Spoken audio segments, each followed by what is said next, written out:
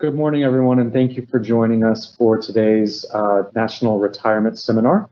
We're really glad to have you on today, and we're sitting here with two very knowledgeable retirement specialists to help answer the questions that you have today. My name is Josh Black. I'm APFA's National Secretary, and sitting with me today is Patrick Hancock and Kim Tuck. Thank you both for being here. Just as a quick reminder, you are able to submit questions during this session. We encourage you to send them in. We have the experts here to answer the questions that you have. Additionally, this session is recorded, so if there's some information that you want to go back and review again, this will go out via hotline, and it'll also be listed under the retirement page on the APFA website. So without further ado, I'm going to go ahead and hand it over to Patrick. Thank you, Josh.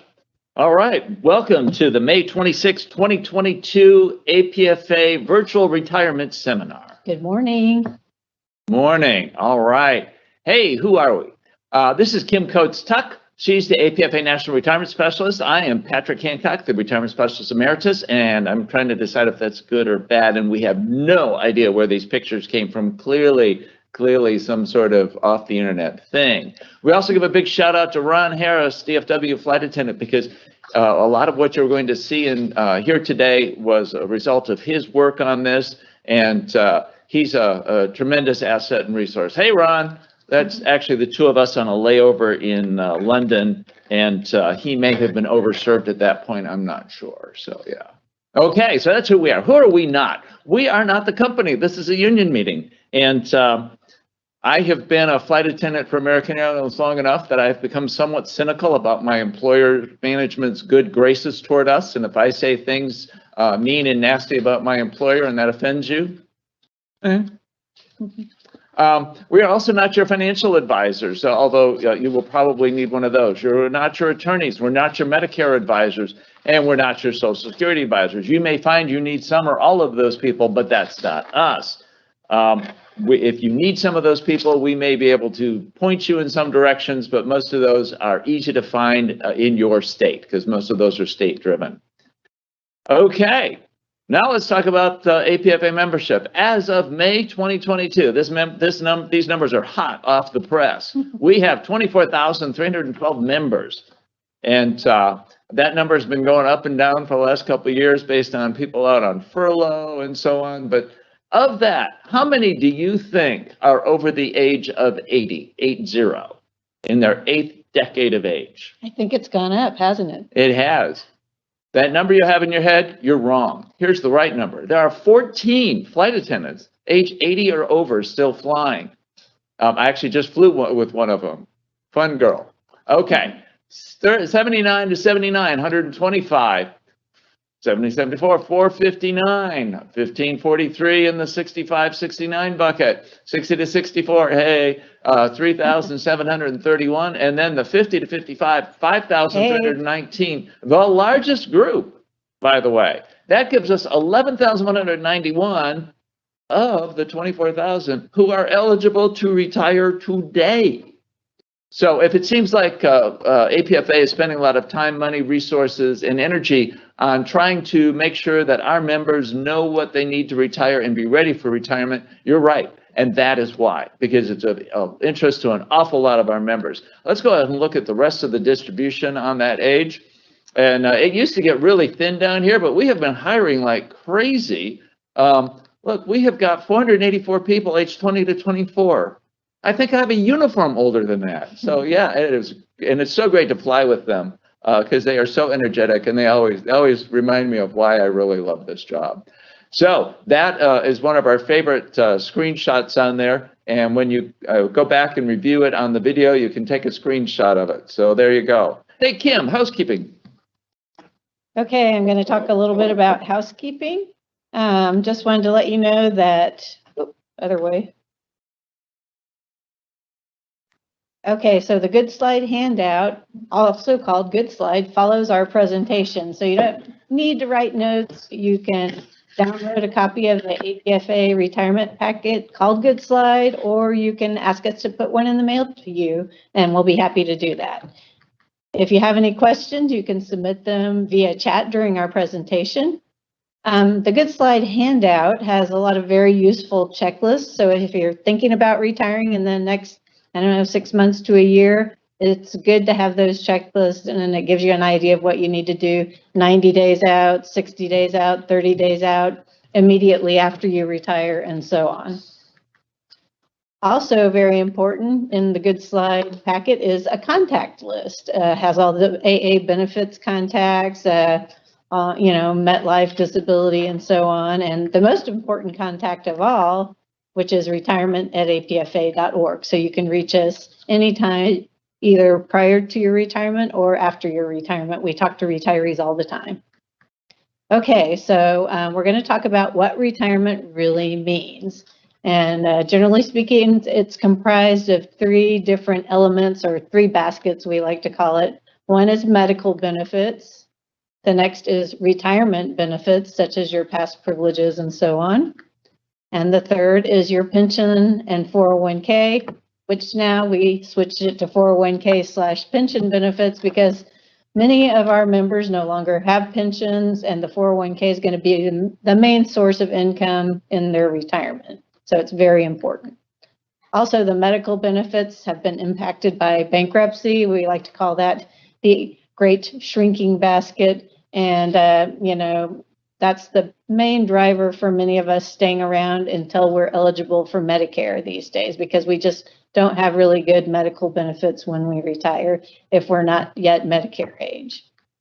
All right, so we're going to cover some important questions you need to ask. One is, what do you need to retire? The next is, what do you get in retirement? What about income? That's huge.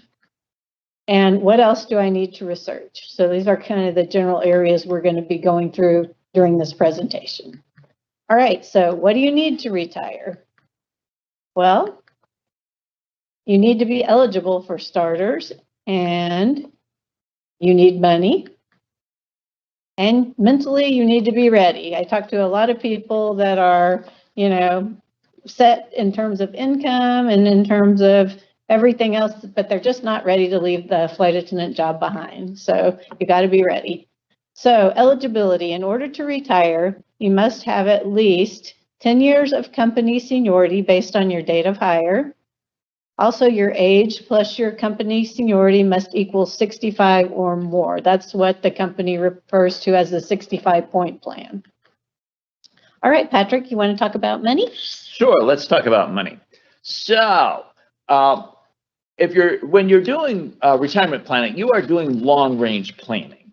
And when there are 2 major questions you have to answer when you think about this planning. The first is, how much do I need to have saved on the day I retire to last the rest of my life? The goal. And that's a question we get fairly regularly. Well, what's the number? Well, it varies for everyone.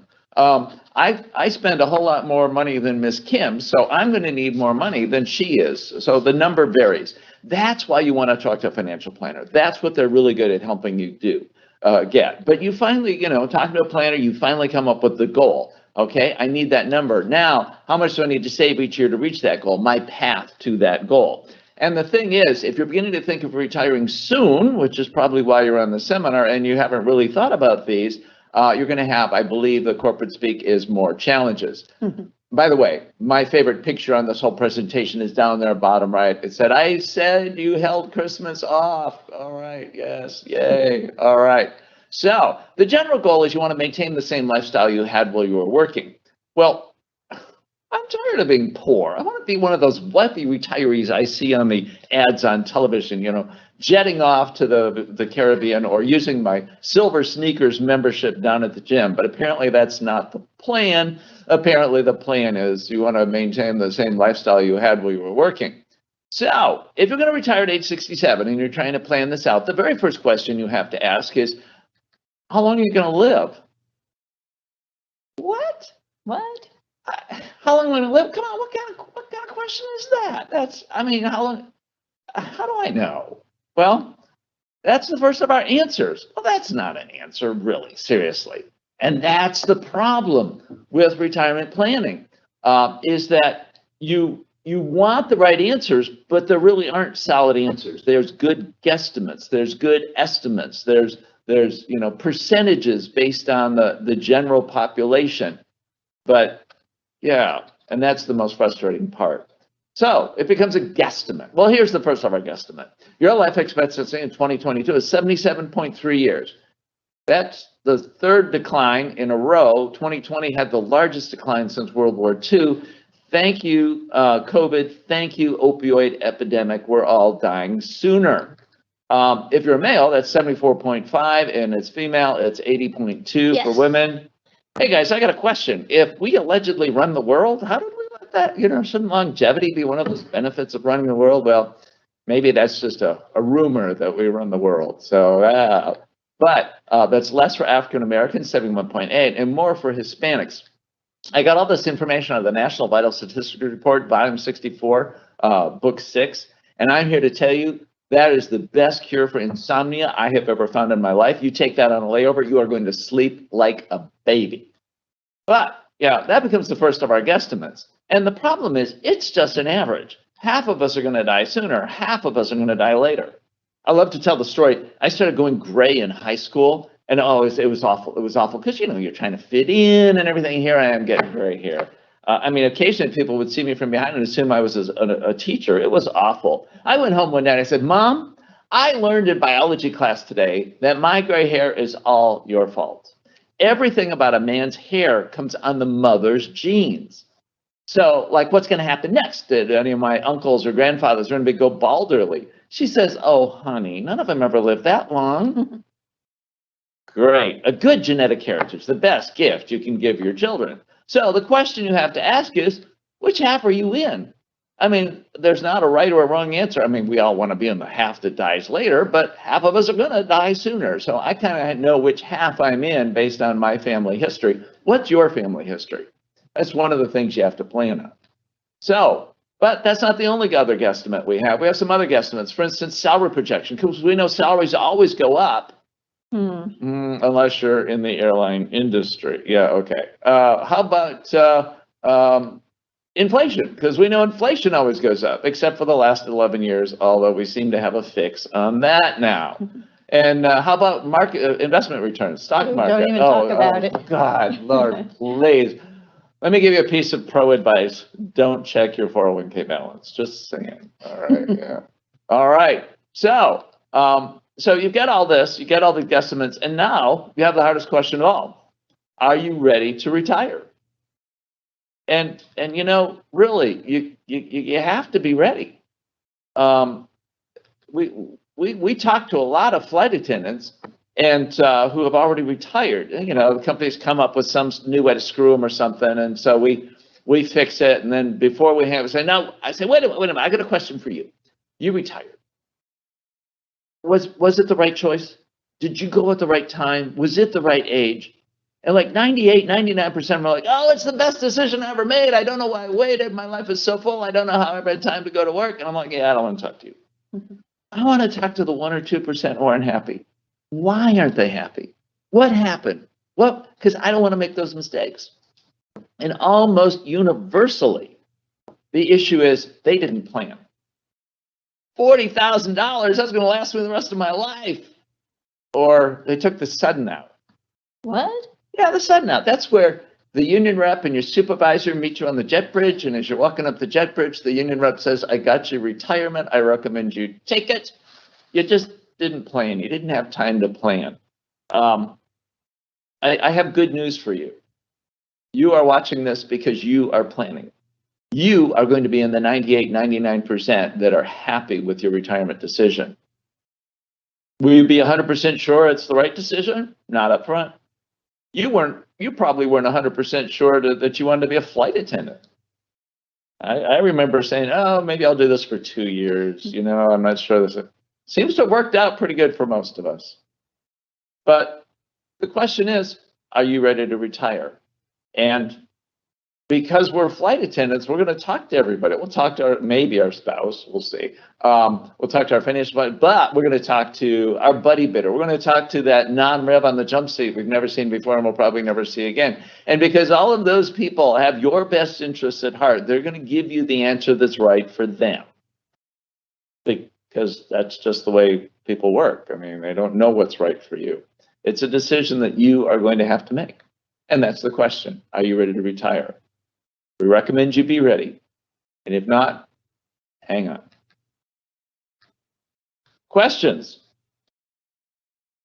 Right. Our first question.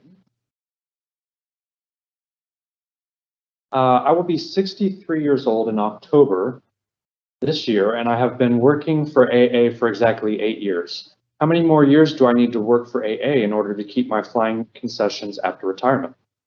Kim.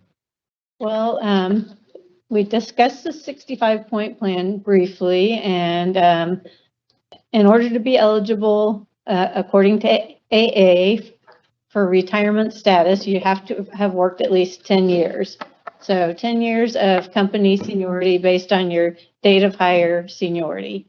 So even if your age plus your years of service equals 65 or more, you don't qualify until you've worked at least 10 years for the company. So in this particular instance, you'd have to work 2 more years. Okay.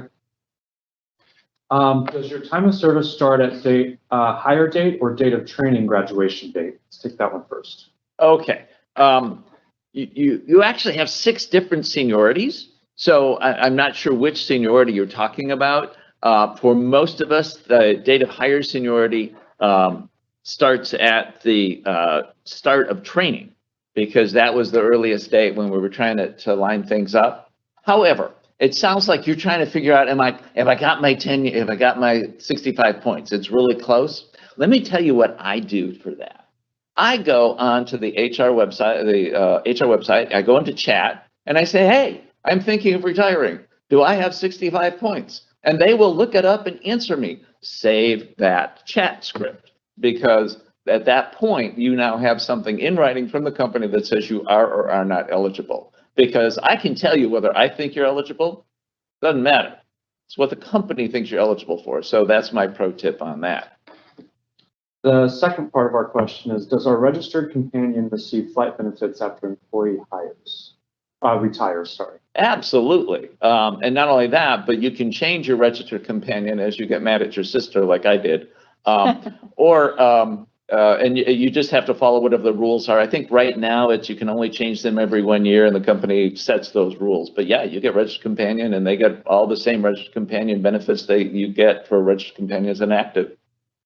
So since we're on this topic, I pulled up my JetNet. Is that how they would get to chat with an HR rep? Go to Share my screen for member services. Team member services. Team member services. All right. Sorry, team. We're all a team. We're all a team now. Rah, All right, give me 2 seconds. And it's been a minute since I've been in that, so we're going to find it together. We're going to find it together. While you're looking that up, I'll tell you another way to find out, which is you can call Team Member Services, and the number is 1-800-447-2000, and you hit option 1 for active employees, and then you hit option 3 for retirement questions, and you'll get put through to a Team Member Services rep who can look up and tell you whether you're eligible for the 65-point plan, and if you're not yet, when you will be eligible for the 65-point plan. So that's another way. You can do the online chat, or you can call. I'm going to drop that into the chat for everyone. It's 1-800-447-2000. Correct. Option 1 and then option 3. Yes. Okay. All right, that'll be in the chat for everyone. Okay, so if I wanted to do the chat, I would go to Team Member Services. Yeah. And I'm going to look that up, and let's go ahead to the next question. Well, yeah. All right. So the next question we have, how should I word my email when I send my retirement email to my FSM? That's a great question. And I always suggest that you start it out. If I am eligible to retire under the 65-point plan, then I am going to retire. And you have to give them a date certain. You can't say like the end of June. It has to be like June 30th. You have to give them a date certain. And that way, the onus is on them to determine if you're eligible. And if you retire and then they come back a week later and say, hey, you weren't eligible, you missed it by a day or whatever. You said, well, I only retired if. So that's my recommendation on how you should word that.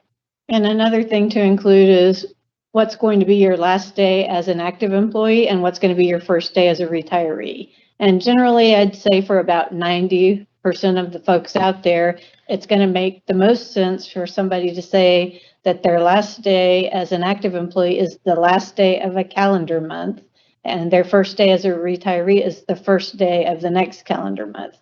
That way your health benefits will continue through the end of the month. And if you're starting a pension or a Medicare or some other insurance, you'll start it up on the first of the next month. So for instance, you would say my last day as an active employee is going to be June 30th and my first day as a retiree is going to be July 1st. Just an example. All right, next question. Any chance of a buyout and or RHRA? I'm 68 years old, so I don't have much incentive to retire now. I'll go ahead and take that one. You know, the company is more incentivized to have buyouts or early outs, like the one that you're referring to, when they need to get heads off the property. We are hiring like crazy. There are hundreds of flight attendants being added to the property every week. We've got a lot of classes that are in session right now. So at this point, the company hasn't indicated that they will be offering anything like that. The next question, any chance of retirees getting back D2 instead of D2R? Pass writing is so difficult now. We put in so many years, but can't use our benefits as a D2R. I realize we have 6 D1s. All right, it's good that you recognize you have that 6 D1s. And I want to point out, those are 6 D1s, not 6 D1Rs. That you are in the same bucket with the actives when you're using your retiree D1s. And that's incredibly helpful, because when you need to get somewhere and need to burn a D1, it's nice to know that you're not going to be at the bottom of that D1 list. In terms of getting the D2Rs back, I mean, it's on every negotiation survey. And I'll be honest with you, the company was really adamant about that when we did the merger, because there were several of the LUS legacy carriers, not all of them, several of them had a lower priority for retirees, and they thought that was important to keep. And, you know, things evolve, management changes. Bye, Doug. Things could always change. I don't see it changing anytime in the near future, but that's just my personal opinion. We do ask all the time, though. Oh, yeah. You know, we always throw it out there in our wish list of items to, you know, requests from the company. But so far because it's a company-wide policy, it's not just the flight attendants, so they haven't been willing to change that, but that doesn't mean we're going to stop asking. Okay, and then I'd love to take an around the world cruise. I would too. You and me both. Off in a row. I'm happy to fly 480 look back, but the hard 40 makes taking a long vacation impossible. Would you please get rid of that hard 40? So this would be a really great thing for you to email the negotiators at negotiate@apfa.org. They're currently in bargaining, and we are currently in working on the scheduling portion of the contract. So I would highly encourage you email negotiate@apfa.org for your suggestion on that. And I think we're good to continue. Who's up? I think I might be up. Let's see. Yes, I'm up. All right. 1 second. Some reason the slides up.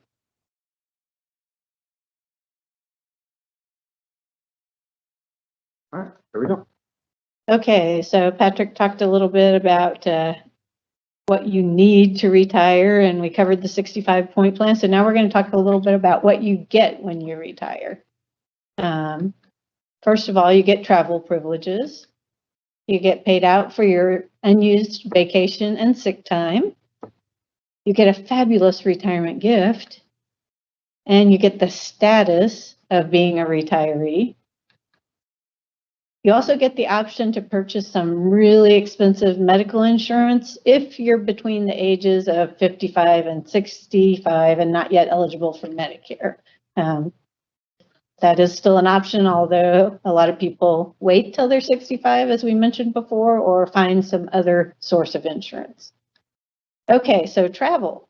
We were just talking about that a little bit. You get D1s, the same number that you do as an active employee with no R after them. You get unlimited D2R, D2P, D3, and D3 you get half the number that you get as an active employee. You get the AA20 and the 20% off Advantage tickets as well when you're retired. All travel is booked through the non-rev travel planner, and it's via the retirees website, which is www.retirees.aa.com. But it looks exactly the same. You won't have any issues using non-rev travel planner because it's exactly the same as it was on JetNet. Also, service charges and taxes are charged to your credit card just like they are now when you're active. A good tip is to get your D3s to sign up and link their own credit card so you won't get those charges on your credit card. Also, Zed can be booked through the My ID travel link on the retirees website. And unfortunately, and this is another thing keeping lots of us from retiring, if we commute or have family members in other cities, we don't get jump seat authority once we're retired and no more KCM. So that kind of sucks. But we deal with it when it's time, I guess. Also, there are some non-rev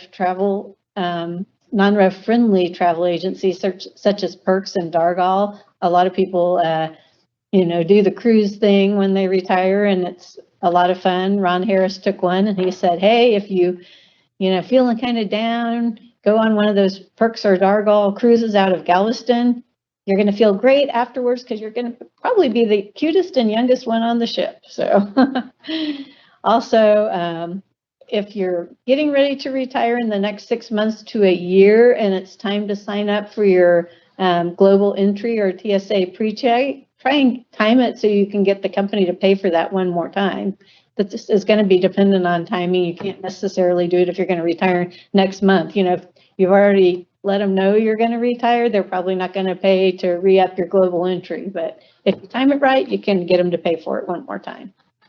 All right, sick time and vacation.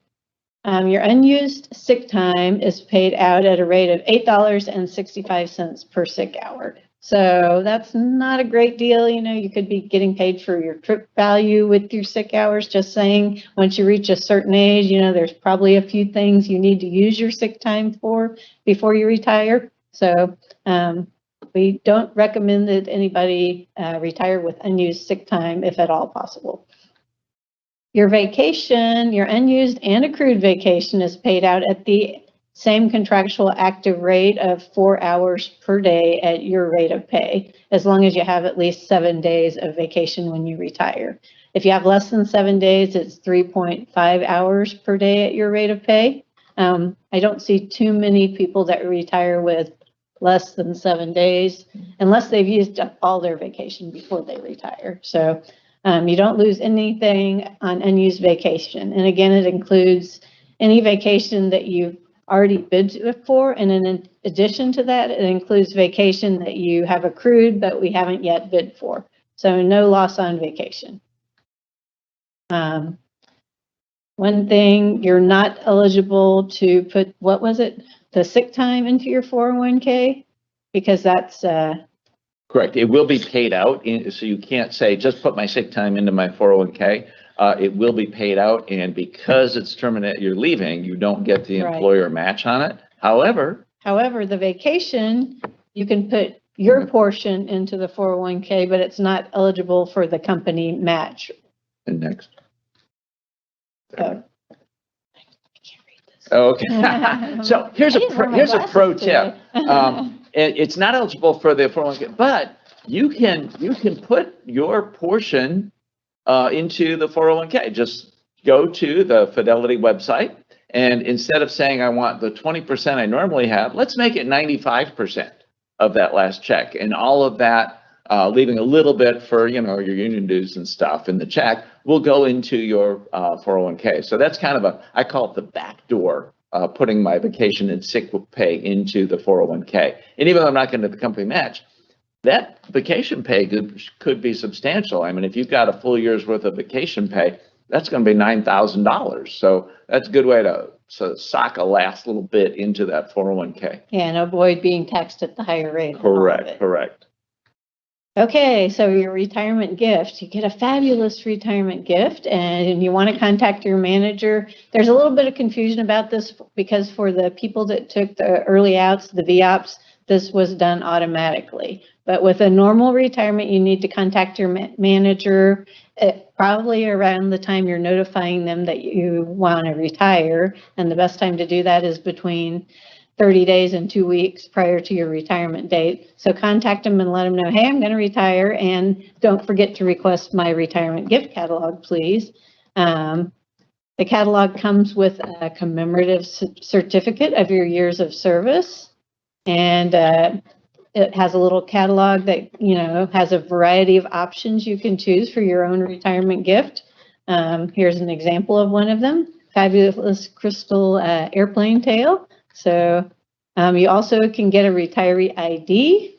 Your status is going to be changing from that of Sky Goddess to, wait for it, Cat Rancher. Yay! And we're not dissing any cat ranchers out there or retirees who don't want to be cat ranchers, but since Patrick and I will probably both be in that category, we thought it was kind of amusing. Hey, Fluffy. Also, retirees can request their online, put in an online request for their retiree ID prior to their retirement.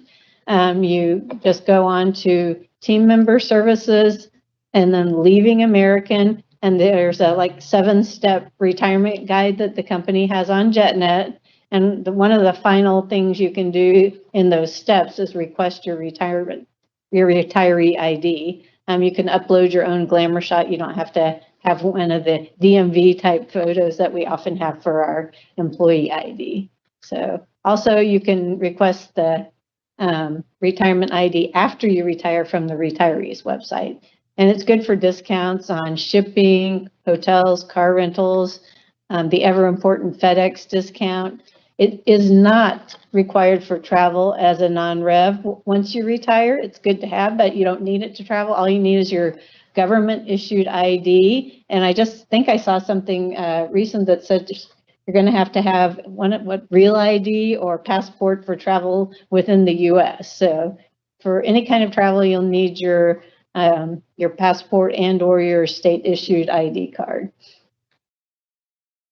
Also, a retirement benefit is access to the retirees website. That's where you're going to go for everything you need as a retiree. And again, it's www.retirees.aa.com.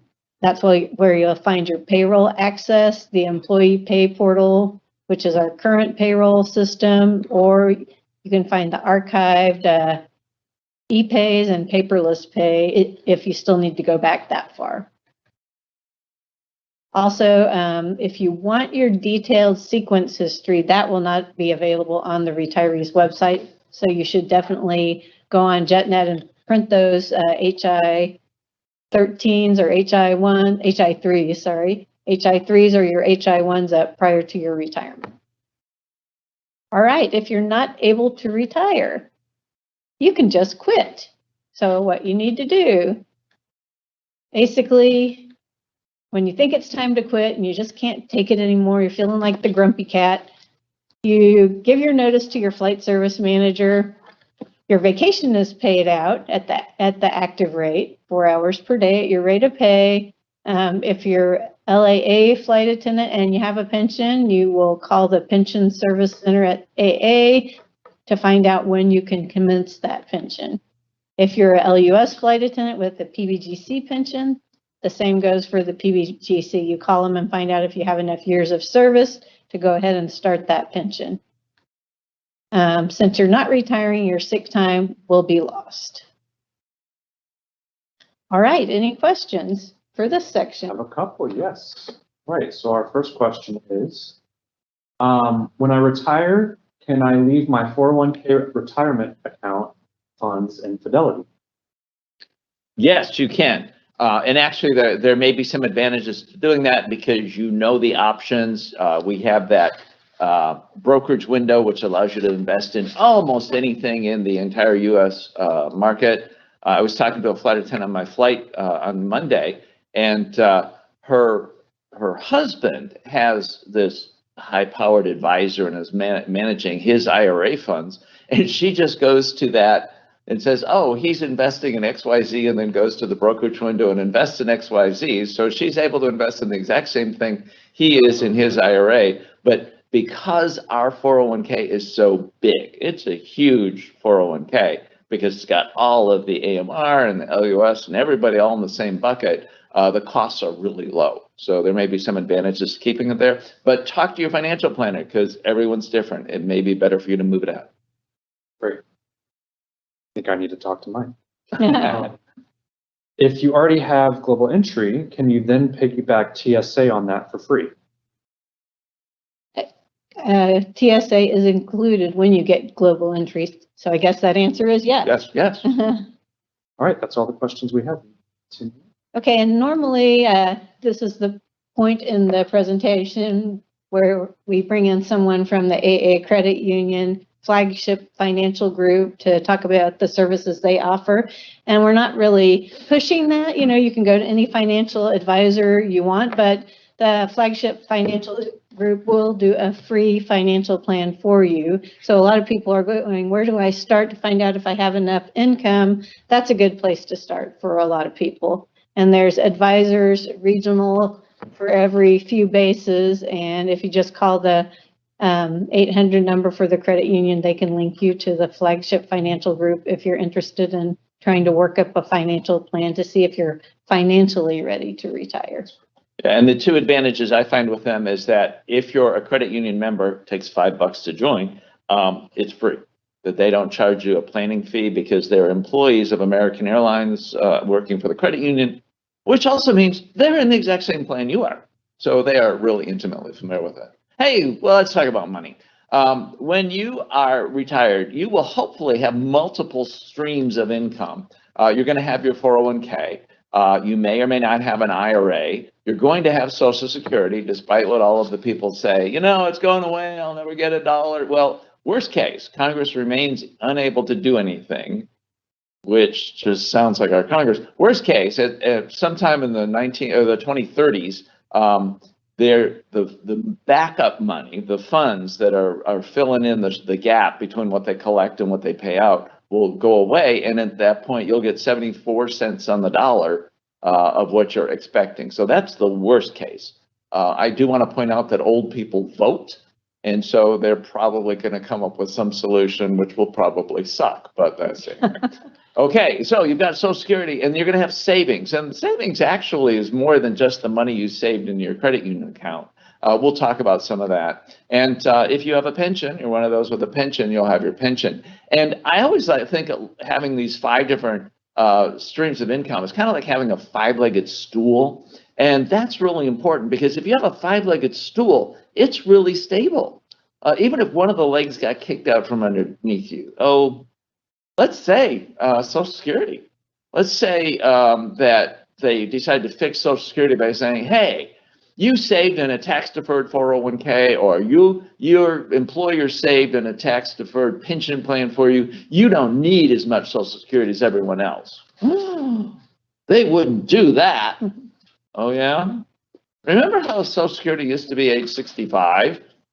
And then it's not anymore. It's like 67, or if you were born between 1950 and 1960, it's somewhere in between 65 and 67. Yeah, that got done way back when Ronald Reagan was president, because they were trying to figure out a way to balance the budget, at least on paper, so they could run around and say, hey, we balanced the budget. And they decided to do that by stretching out when you could start your Social Security.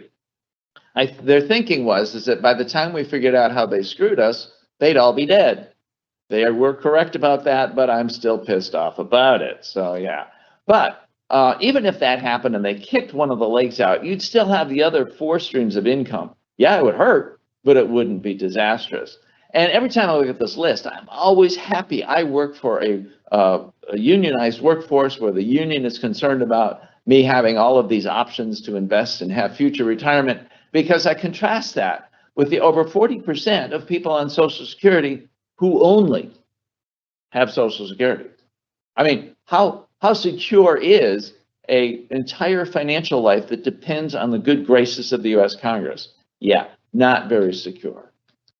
Hey, what about my 401k loan? Oh, funny you should ask. You have a couple of options to deal with the outstanding 401k loan. You just continue to pay it back on the current loan amortization, and since you don't have a paycheck anymore, you'll have to set up a direct debit from your checking account, or you can just, if you've got the cash, just pay it off entirely and be done with it.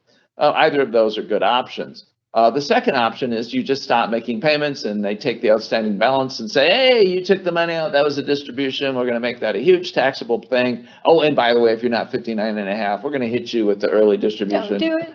Don't do it. That's just a bad option. Don't do it. Don't do it. One last thing to remember about that 401k. Your 401k is going to freeze for the first 30 days of retirement on your exit from the company. And we mean freeze solid. You can't make investment changes. You can't put money in. You can't take money out. So if you're going to need money in that first 30 days after retirement out of your 401k, you may want to consider rolling a little bit of money out just before you leave so that you have that money available in that first 30 days. I also want to point out that if you need money out of your 401k in the first 30 days of retirement, you might not quite be ready. Talk to a financial planner. So you'll also have the option to roll your 401k into an IRA, or if you get a new 401k option, like you go to Walmart, they've got a great 401k plan. Welcome to Walmart. Welcome to Walmart. They will be happy, more than happy, to have you roll your American Airlines 401k over into the Walmart 401k, because the larger the 401k gets, the cheaper the fees are. So, or like we were talking about earlier, you can just leave it with Fidelity and manage it the way you've always been managing it and keeping those low fees, because it's a really big 401k. Okay, let's talk about an IRA. You have pre-tax and post-tax. Wait, that sounds like what we have with the 401k. Yes, that's exactly it. We're much more familiar with the Roth IRA, but of course we still have the Roth 401k now as well. However, with the IRA, there are income limits. We don't have income limits with the 401k. You can make contributions to the 401k even if you're, super rich. Income limits for 2022 are $68,000 for a single, $109,000 for a married. I got a call from my neighbor the other day. He said, hey, they won't let me contribute for 2021 to my IRA. They're making me take it all back out. I said, that's because you made too much money. Cry me a river, gosh. So anyway, the IRA is there. It has caps on income. Maybe it's not as useful. You do have a conversion right. You can roll your 401k into an IRA. That may be a good plan. It may not be a good plan. It sounds like it's the same sort of thing, but it's not. 401k is a function of federal law, so it's covered under ERISA. IRAs are a function of state law, so the rules vary depending on what state you live in. For example, how people inherit money from a 401k is different than how people inherit money from an IRA. The limits of liability protection is different. Well, what do you mean? Well, say you run over the neighbor's chihuahua and they sue you for everything you've got and win. Your 401k is covered under ERISA, which says it's 100% protected from those liability claims. Your IRA, not so much. I think it's Michigan. There, you get to keep the first $50,000 of your IRA, and the grieving Chihuahua owner gets the rest. So make sure you know what you're doing. It may be a very smart move. I'm always concerned when a financial advisor says, "Oh no, you should roll that $400,000 or $500,000 into my IRA because it'll give you more options." No, wait, I've got 100% of the market with one exception. I'm not allowed to invest in AA stock, which I wouldn't recommend you invest in anyway. I'm concerned that financial planner is just thinking about all the commissions they're going to get when you buy stuff, a couple $100,000 worth of stuff in their IRA. It may be the right idea. Talk to your financial planner who doesn't have a vested interest in whether you do it or not. And know what you're doing, because it is a one-way door. You can roll it in, you can't ever roll it back into a 401k. Hey, Josh, questions on money? All right, let's talk about money.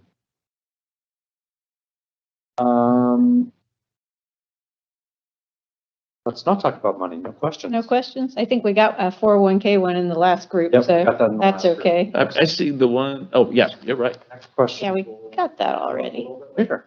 Okay, so now we're going to talk about Social Security, and this is something I never thought I would be talking about because I was never going to be that old, and I remember my grandparents sitting around and they were talking about their aches and pains and also the Social Security in the same sentence and yelling at people to get off their lawn, but here we are talking about it. Go figure. Anyway, so Social Security may be taken as early as age 62 and as late as age 70. If you start taking it after age 70, it's a bad idea because you're leaving money on the table. There's no increase after age 70. Another thing is the website, www.ssa.gov. You can go there and kind of get an idea of what your Social Security is going to be if you take it early, if you take it at the full Social Security age, or if you wait until age 70. Married couples have some very complicated decisions to make as far as when and how to draw their Social Security, so it's good to talk to a Social Security advisor. If you're single, you have about 9 different options, but married couples have 81 different options for taking their Social Security. So definitely good to talk to somebody who can advise you about what would be best for you if you're married.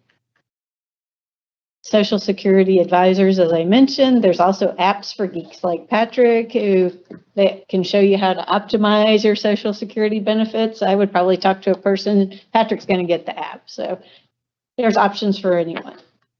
Also, we need to talk about early Social Security at age 62. Pros and cons of taking your Social Security early. A pro is that you get more years worth of payments if you take it early at age 62. You can get the money now if you need it, if you had to retire earlier than you intended because of a disability or injury on duty or something. A lot of people decide to take early Social Security because they need the money. A con is that you're going to have lower payments for the rest of your life if you started early at 62. Also, you're subject to income limits until you hit your Social Security normal retirement age. So I think it's what, $17,500 or $18,000 that you can make. $18,960 was for 2021. I guess we haven't received the 2020. Click and see if it's on there. There we go. Okay, $19,560 for 2022. So if you make more than that, you're going to be taxed at a higher level on anything over and above that. You would deduct $1 of benefits for every $2 earned over the limit. So that's going to be more than my hard 40 hours pay. Oh, yeah. Then it might not be worth it to start it early while you're still working, even if you're making the hard 40, just flying the hard 40. Okay, also, what's the break-even point? We're going to talk about that, but generally it's the average age of death, and none of us know when we're going to die. So kind of a graph here to illustrate that. The blue line is someone who starts taking their Social Security early at age 62. Red line is somebody who starts at their normal Social Security retirement age, which for most people, anyone who's born after after 1960, it's age 67. So if you're one of Patrick's uncles who maybe died before they went bald, it would have behooved them to take it early at age 62 because then they're going to get some of it before they die.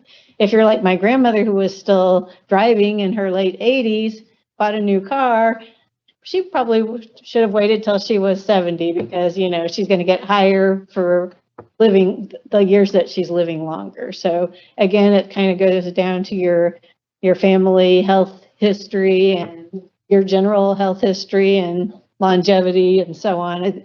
And you're the only one that can make that call.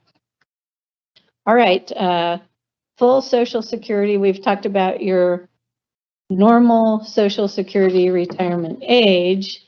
And we have a little chart to show you, like we said, for anyone born after 1960, it's age 67, but then it goes back to 66 and 10 months if you were born in 1959 and so on. So this is kind of how they saved money from balanced the budget with Social Security because it used to be 65 for everybody once upon a time. So just a chart to show, based on your date of birth, when your normal Social Security retirement age is. All right, now, Patrick, what counts as earnings for Social Security? Oh, well, that's an interesting question because we were talking about that $19,000 limit for early Social Security on my earnings. Well, what are earnings? Earnings include income from wages or net earnings from self-employment. You know, you got that little booth down at the White Elephant. They also include bonuses, commissions, severance pay, all of that stuff that you earn are count as earnings. Now, there are things that are not earnings, but you have. So, for instance, investment income, pensions, capital gains, inheritance. Thus, dividends and capital gains won't negatively affect your Social Security benefits directly, even if you decide to file earlier than your full Social Security age. So, I could retire and draw my pension and my Social Security early, and my pension would not, even though I may be getting more than that $19,000, it doesn't count toward that limit. Are there taxes on Social Security? Yes, there are. However, there's two things to think about with taxes. One is how much of my Social Security will be taxed, and then the second is, and what will that tax rate be? So one is how much of my Social Security is going to be taxed. The first 15% of your Social Security is always tax-free. It's never taxed. Bill Gates does not pay tax on the first 15% of his Social Security. He doesn't know or care about that. But so the question is, how much of my Social Security is going to be taxed? And you pay tax on either 0, 50, or 85% of the rest. And that's, again, how much of it, not what the tax rate is. And here's the chart that shows you. If you are single making between 0 and 25,000, and that includes your Social Security, by the way, or joint 0 to 32,000, then none of it is taxed. If you make 25 to 34, we've got 50% or 34,000 plus. 85% of it is tax. That's not the tax rate. Well, what's the tax rate? Well, what about state tax? Well, yeah, in 37 states, your Social Security is entirely state tax free. There are 13 states that tax some or all of your Social Security. And here's the bad boy list. Think about that when you're thinking about where am I going to retire? Should I be moving to Rhode Island? Beautiful state, but they're going to tax your Social Security, or at least some of it. So that may choose, if when you have choices to make about where you're going to move, you might want to look at this list. Savings. Well, in addition to cash, stocks, and bonds, you may have hidden savings, and the hidden savings may be home equity. You may be able to tap into your home equity somehow. I do want to give you a red flag about reverse mortgages. They are much better than they used to be. They're still really, really expensive. And because you're not paying those expenses up front, people tend to ignore them. But make sure you know that you're paying really high dollars for having that option of a reverse mortgage to tap the money. If you need it, and it's there. But if you don't need it and you have other options, talk to a financial planner about that. Also, life insurance. You may have some cash value life insurance. And I mean what you can borrow or withdraw from the life insurance, not what you get if you kill your really annoying spouse. And this is not the life insurance we get from American Airlines, which is term life insurance, and it doesn't have a cash value, unfortunately. Yeah. I mean, term life insurance is like auto insurance. If you don't have a wreck, well, you've got it that year, you don't collect. But congratulations, you didn't have a wreck, and if you don't collect on the life insurance, congratulations, you didn't die. You're still alive. Yeah. I don't feel bad that I'm not going to haven't yet. The day's young, collected on my life insurance. So there. Pensions. Kim, what can you tell us about pensions? Okay, so if you have a pension, it's going to be dependent upon which carrier you started your career with prior to the merger, as far as when and how you can start that pension. So we have one set of rules for most of the legacy U.S. Airways folks. We have another set of rules for the legacy AA folks. So if you're former U.S. Airways, you could have started your career at any of these carriers. And here's a little chart that shows when you can commence your pension. If you started your career at the Trump Shuttle, you can early pension age is age 52 and full pension age is age 62. So you can start your pension even if you're working now at age 52, as long as you have enough years of service. And just keep in mind that if you start your pension early with any of these options on either the LUS or the LAA side, there is a 3% per year reduction in the full value of your pension prior to the full pension age.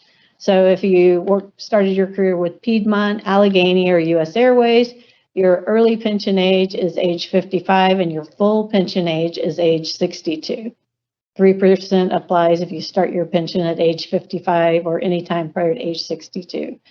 With PSA, your early pension age is 55, your full pension age is 65. So the 3% applies prior to age 65 if you started out at PSA. All right, so next is the legacy AA pensions.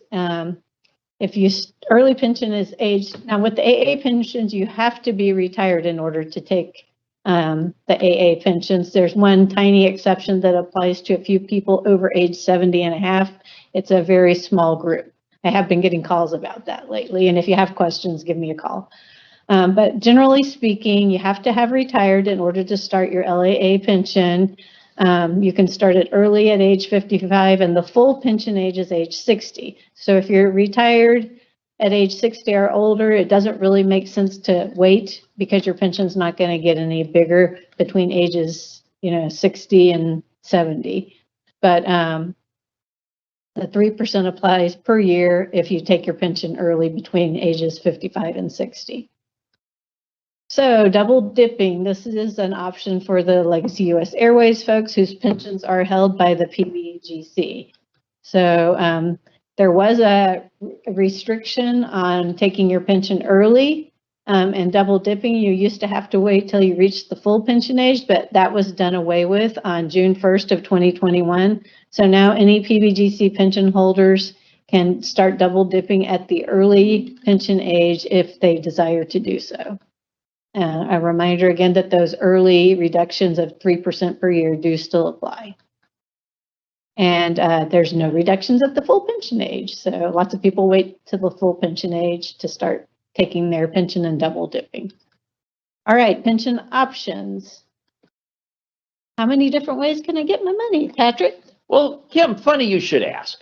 There are 3 basic ways you can get your pension money. The first is a single life annuity. The PBGC calls that a straight life annuity. Fortunately for us, an airline which runs on acronyms, the little SLA is the same for both of them, so everyone just calls it SLA, single life annuity. The second choice is you can share with someone else, and I do like to point out that it is nice to share. And the third is a minimum number of checks.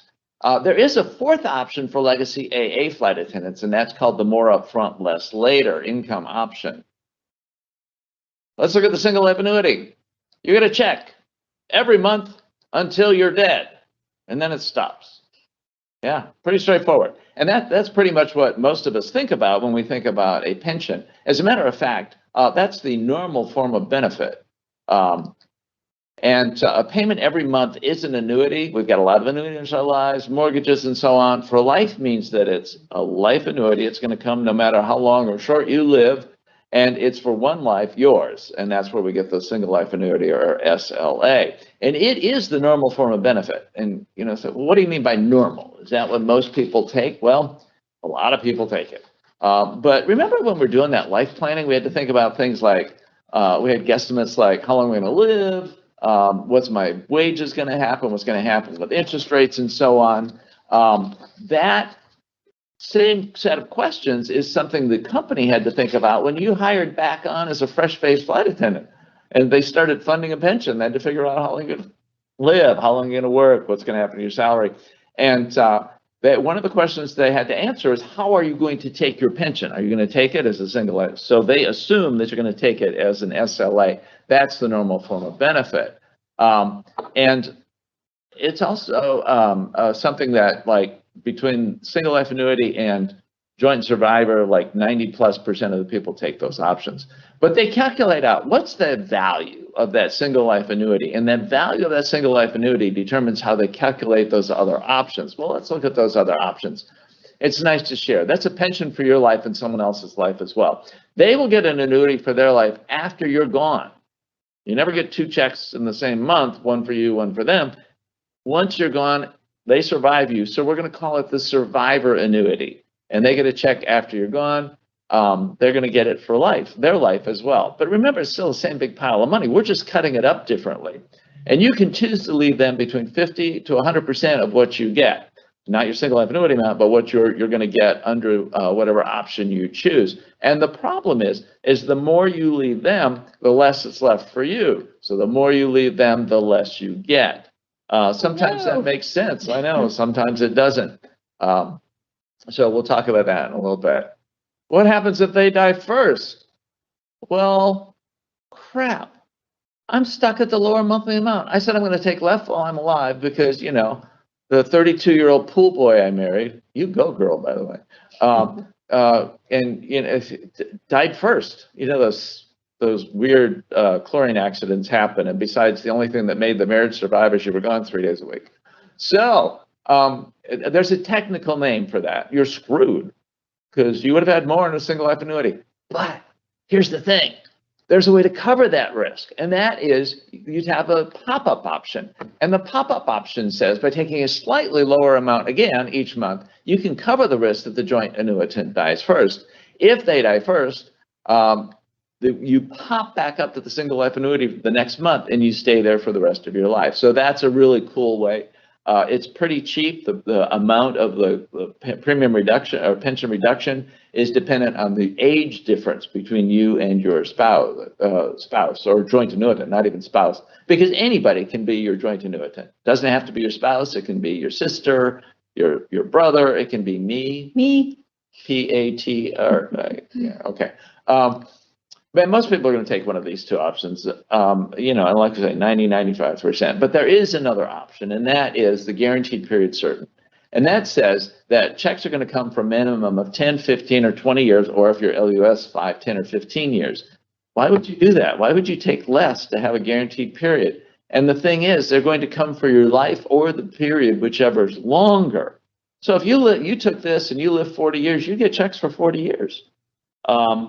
But the reason you would do this is if you're pretty sure you're going to die soon and you wanted to have a joint annuitant, but they were really young, and so it was going to be a really heavy reduction.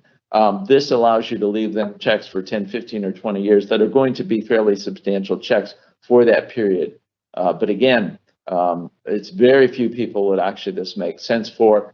Talk to a financial planner and then call us over here at Retirement. Hey, if you're legacy, you have a fourth option as well, and that's the level income option, and that's more upfront, less later. Once your Social Security kicks in, you say, I'm going to be fine, but between now and then, I'm not so fine because I can't live entirely on my pension. American says, we got a deal for you. We will give you more now, and then once you reach Social Security age, it'll fall. They don't care or know if you actually took Social Security, and you'll get less for the rest of your life. They claim it's actuarially sound. I'm not sure I believe them, but it does. Very few people actually take this. Who ends up taking it is the people that were forced to retire. They took the sudden out or they had a medical retirement. Very few people take it. And then you better be pretty sure you're not going to live very long because, again, I don't think it's actuarially sound. All right. How do I apply for my pension? Well, no earlier than 90 days before you start your pension. I want my pension in 91 days. They will hang up on you. No earlier than 90 days. But I want a plan. No earlier than 90 days. You reach out for a pension kit, and the kit is the stack of papers that you're going to have to sign. At LAA, you call the Pension Service Center, 800-447-2000, option 134. And Josh is going to dump that into the chat so that that's available for you there. Or you can go online. Remember where you went online to get your pension estimate in the Pension Service Center? Right there, there's a button that says, Get My Pension. And if it's less than 90 days or less, they will go ahead and use that request to send you a pension kit. If it's LUS, you want to contact the PBGC directly at 800-400-7242 or pbgc.gov. Last time I looked, I don't get on there regularly, but last time I looked, they still made you call. You couldn't request the kit online, but they keep saying that's a coming, so we'll see when it gets there. So, taxes on pension. Yes, pensions are taxed, sort of, maybe. You pay federal tax on pensions as ordinary income. just like you pay tax on your paycheck as ordinary income, somewhere between 10 and 37% rate. Here's the current tax chart. If you're making between, let's say, 40 and 185,000 as a single, you're going to pay 22% tax rate. If you get up above that to the 85,000 or more, you can slip up to the 24%. Or, you know, down at the 518,000, you're not a flight attendant, Exactly. but you would be paying the 37% tax rate. So that means you're going to start paying attention to how much taxable income do I have? So you may be getting near the end of the year and you're about to push over from the 85 and you think, you know, I really don't want to have that next dollar taxed at the 24% rate. So you take it out of savings, which isn't taxable. You've already paid taxes on it. Or you take it out of a Roth because that's not taxable income either. So again, but your pension is always going to be taxed as ordinary income. Some states don't tax your pension. 14 states, or only a tax on a portion of it, 4 states. So again, when you're looking about where you want to live, just don't think about where the grandkids are. Think about what's going to happen in terms of my pension. Or if you've got 2 houses, one in, say, Texas and one in Michigan, you might want to think about which house do I want to declare as my tax residence. And if you have 6 or 7 houses, you're not a flight attendant. So, there you go. Reminder, your mileage may vary. These numbers are used for some mythical flight attendant and not for you. Kim, what other pension tips do we have? Okay, so we do have a few other pension tips. The first one Patrick already mentioned, your kits can be requested from AA or the PBGC no more than 90 days out. So if you're LAA, that would be 90 days out from your retirement. You can't start your pension before you retire. If you're LUS and want to start double dipping, it would be 90 days out from the date you want to start double dipping. Pensions always start on the first of the calendar month. So forget about the bid month when it comes to pensions. It's always the first day of the calendar month. If you're planning to retire and start your pension, you want to be done with your last trip prior to the end of the month, because being on payroll will prevent you from starting your pension. So don't have any fly-through trips if you're going to retire.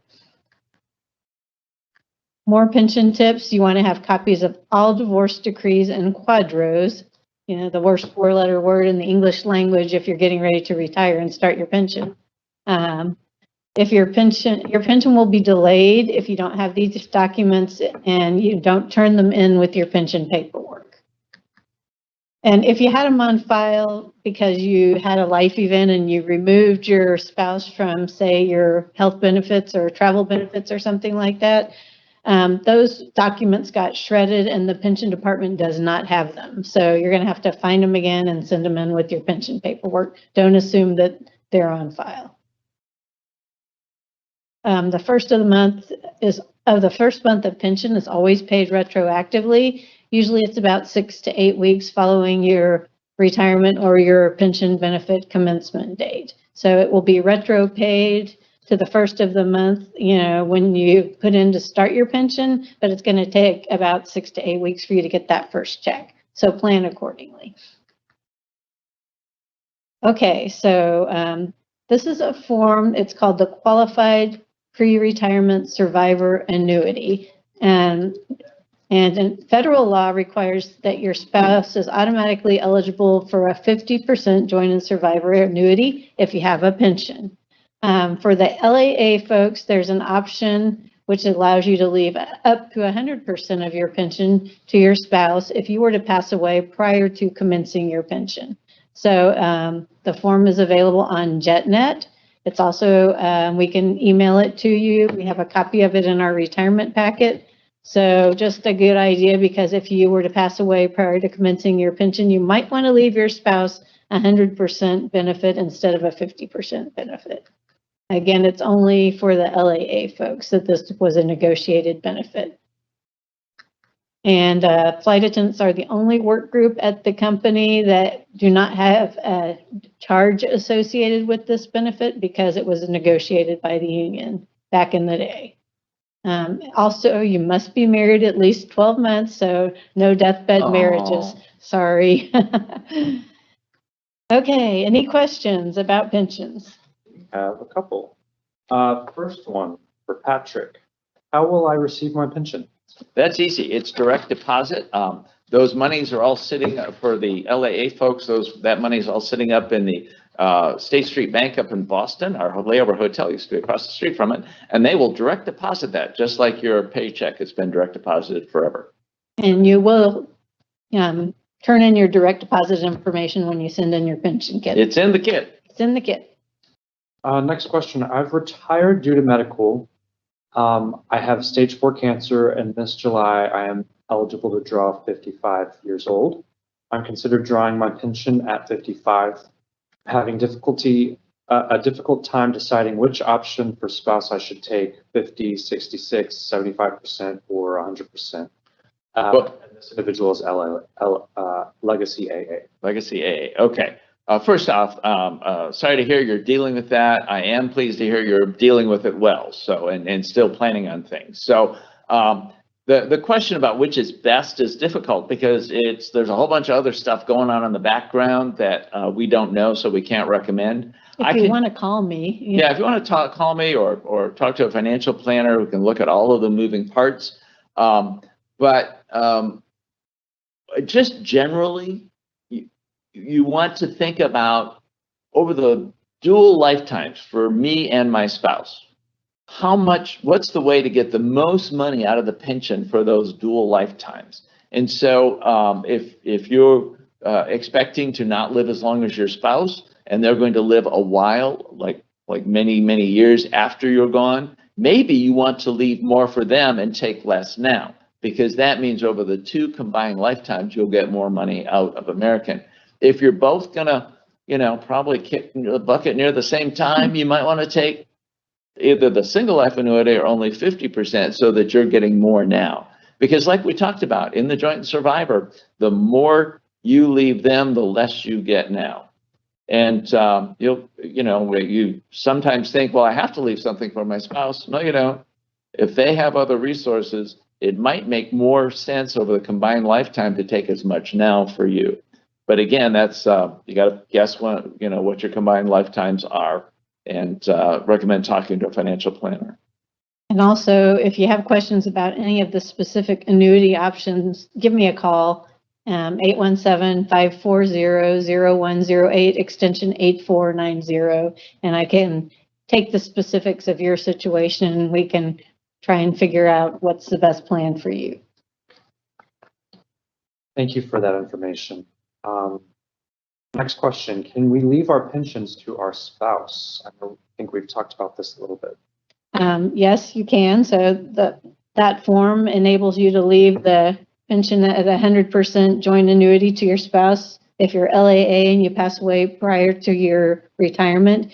If you're LUS and you pass away before you start your pension, if you're married legally for more than 12 months, your spouse is going to be considered automatically a 50% joint and survivor, and they're going to get that 50% joint and survivor annuity. And then if you actually start your pension, you have decisions to make, and it's your choice pretty much as whether your spouse is going to get anything once you do that final pension paperwork.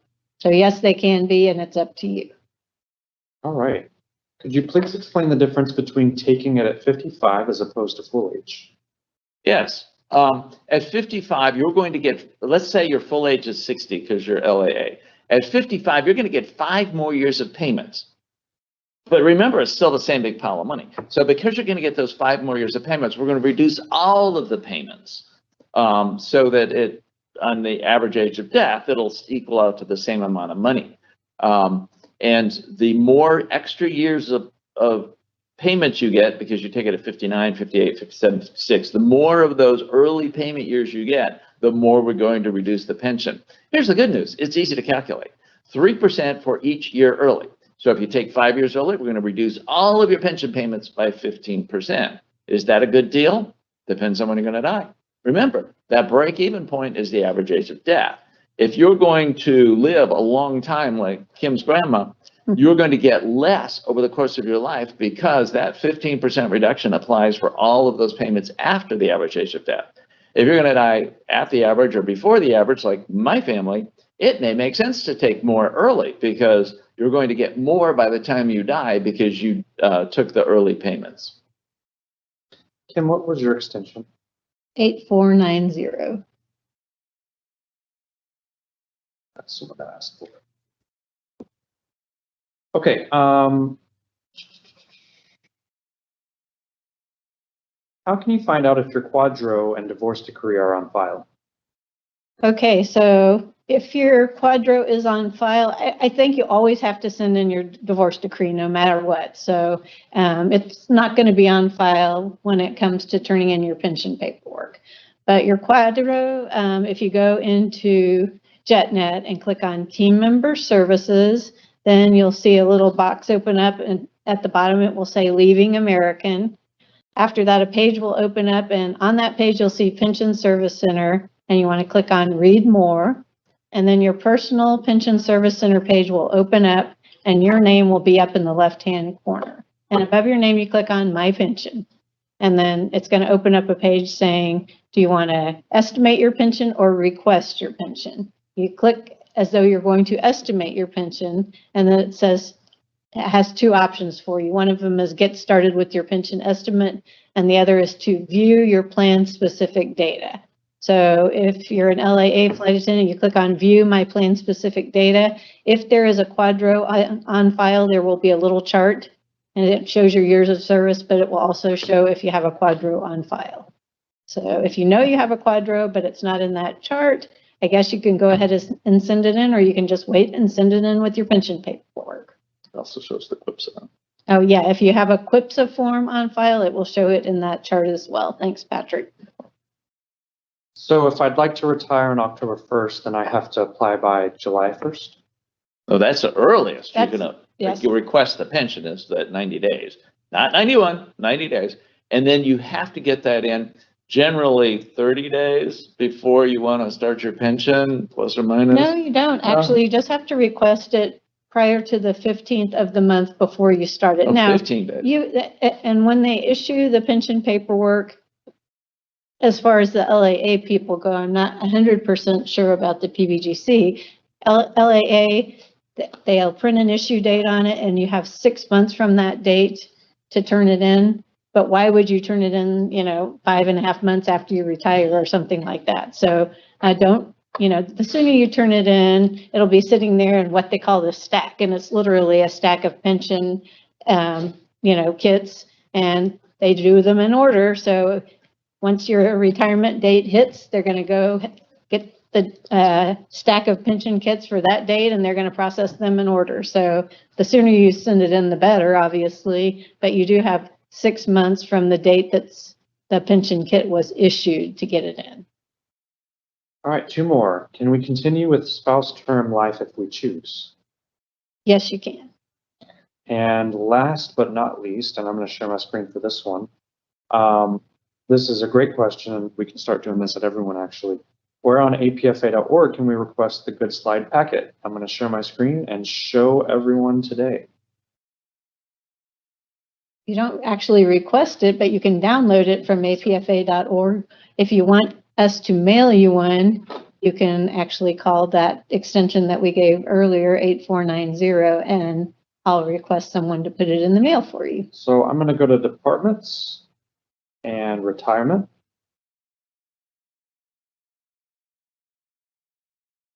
And I'm going to scroll down.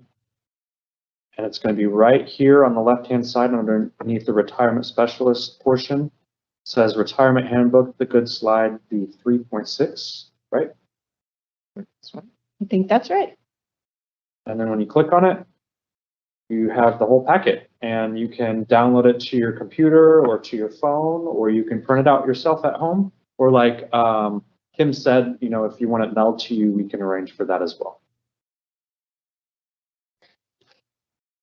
Thanks, Josh.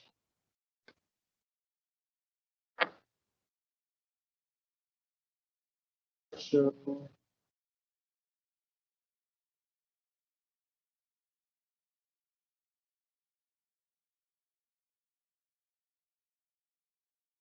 good to go. Okay, so now we're going to talk about the medical insurance option. The three big things were your income, your eligibility, and one of the big things was what are you going to do about medical? So that's what we're going to review now. So I'm going to list the options out according to how expensive they are, pretty much. COBRA is pretty expensive after you retire. That's an option for a lot of people that aren't yet Medicare age. The next is the affordable, the AA retiree medical insurance, which is really expensive. It's more expensive than COBRA, and that's what used to be our pre-funded medical insurance, but after the bankruptcy, no more. Now you pay more than 100%, and not very many people opt for this health insurance when they retire. The next is the Affordable Care Act. Depending on what state you live in, you could qualify for subsidies and have some good options. So definitely check that out if you're not yet Medicare age. The next is Medicare for anybody 65 and older, or for anybody who went out on Social Security disability and became Medicare eligible prior to age 65 because of their disability. That's going to be your option, and that's really going to be your best option unless you're married to somebody that still has insurance through their employer. Okay, or the old-fashioned way. You can marry someone with insurance, that's what we just talked about, or die young, but that's really not an option. None of us want to do that.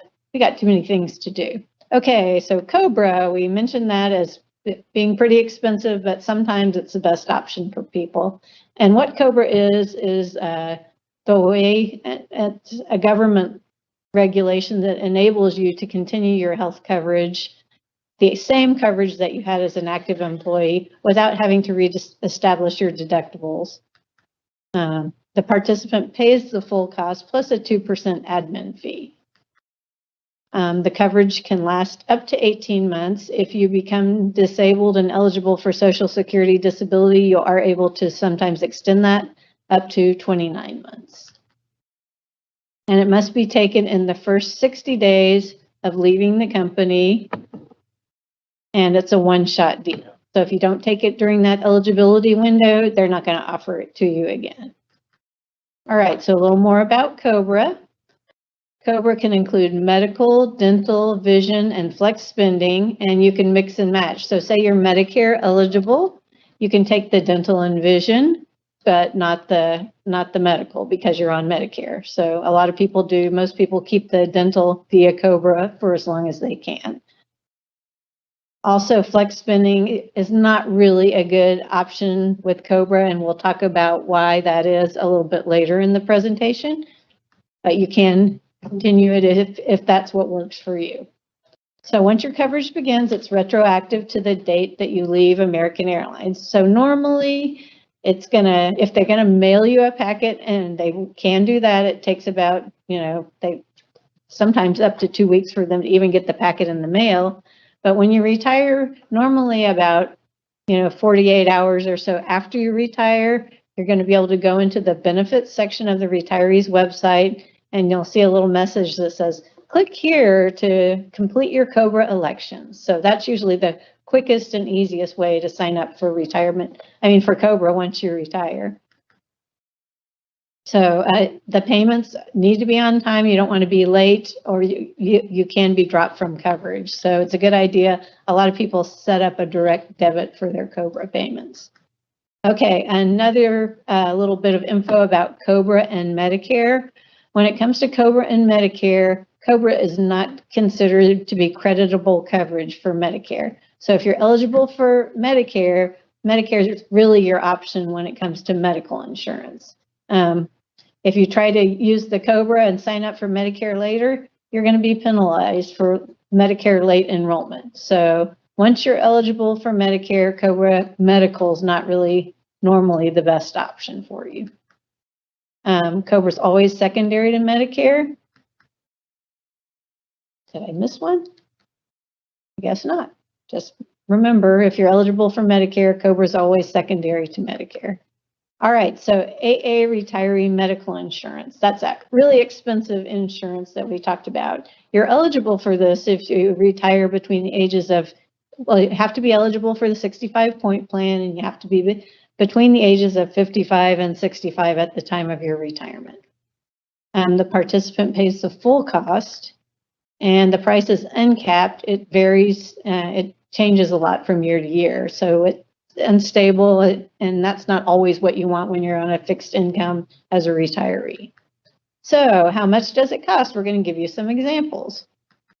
It is really good coverage. You know, it's the old standard plan. If you were an LAA flight attendant, $150 deductible, $1,000 out-of-pocket max. It sounds great, but for 2022, it's $1,826 a month per person, per employee only. So that's kind of daunting. That's why not very many people take it. Okay, now that our emotional support animal has fainted at these horrendous costs, what are some other options we can look at? Well, the Affordable Care Act. You go to www.healthcare.gov and you can pull up the options that are available to you in your state. If your income's low enough, you may qualify for tax credits, so you could get a subsidy for your health insurance. Another option for finding plans is VIA Benefits. They're a company that AA contracts with, and they'll help you find, if you're under the age of 65, they'll help you find insurance on the Affordable Care Act plans. If you're over 65, they can help you find and choose your Medicare plan. So they're a useful number to know, and their number and contact information is in the back of our retirement packet, good slide, that's available on the APFA website. Medicare, Patrick, you wanted to talk about Medicare today. I do. Let me talk about Medicare for a minute. Medicare seems really complicated, and it's not. It's just a whole bunch of new words and terms. You know how in our active health insurance, we've got to worry about what we want for health insurance, got to worry about what we want for dental, we've got to worry about what we want for vision, and what we want for life insurance, what we want for optional life insurance, what we want for loyalty. There's a whole bunch of parts, but eventually you get to learn all of it. Medicare is kind of the same way, that there is multiple parts to it. Employees and spouses can remain on AA insurance. That's the good news. If you are over 65 and still actively employed, or you got a spouse that's got active employment insurance, you do not have to go to Medicare. And if you're on the AA insurance, you probably don't want to go to Medicare.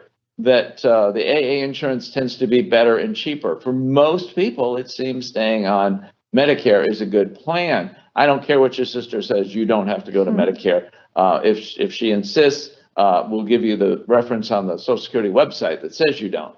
Medicare is divided up into basically three parts: Part A, Part B, Part D. Part A covers hospitalization. Part B covers your doctor's visits and lab testing. Part D covers your drugs, D for drugs or prescription coverage.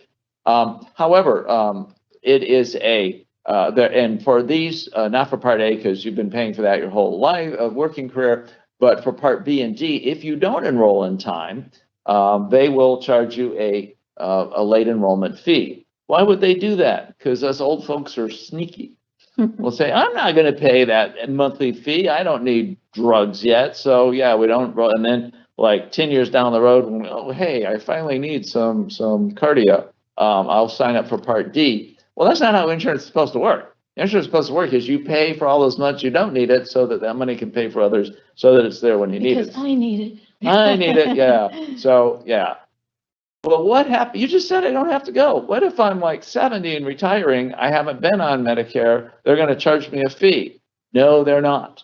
This is a government bureaucracy. There's a form for that. CMS L564. It looks like this.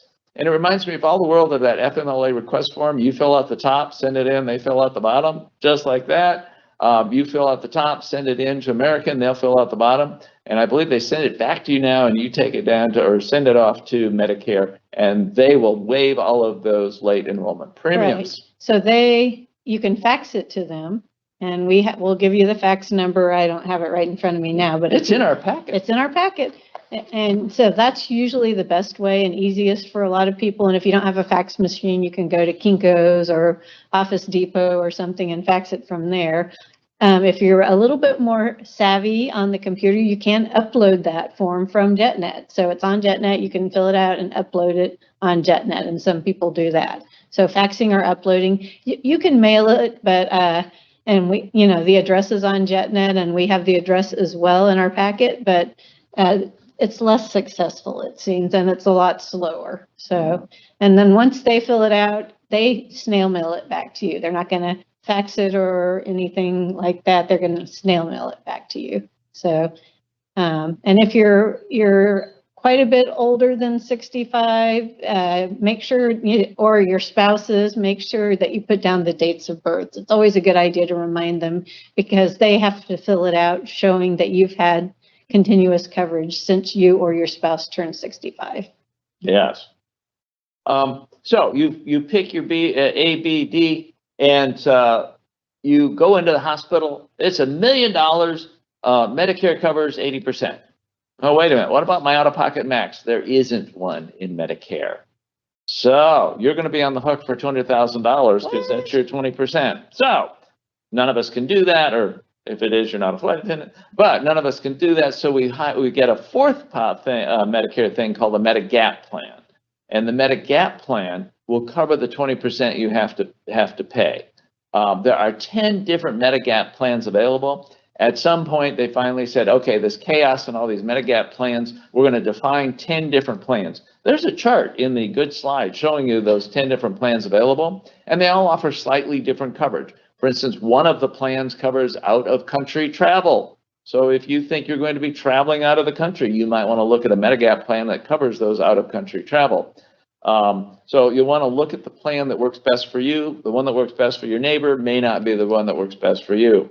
AA retires have an 11th Medigap option called a VIVA, and it was created specifically for retired airline workers. I don't know if that's any better or worse than the other 10. Again, we're all individual and have different things, but do take a look at that, because that's an option you have as a retired airline employee. Now, if all of that is too complicated, an A, a B, a gap, a D, blah, blah, blah, you can get a Part C, also called an Advantage plan. And because we're used to Advantage at American, you'll notice this only has one A in Advantage. So a Part C Advantage plan kind of lumps everything together.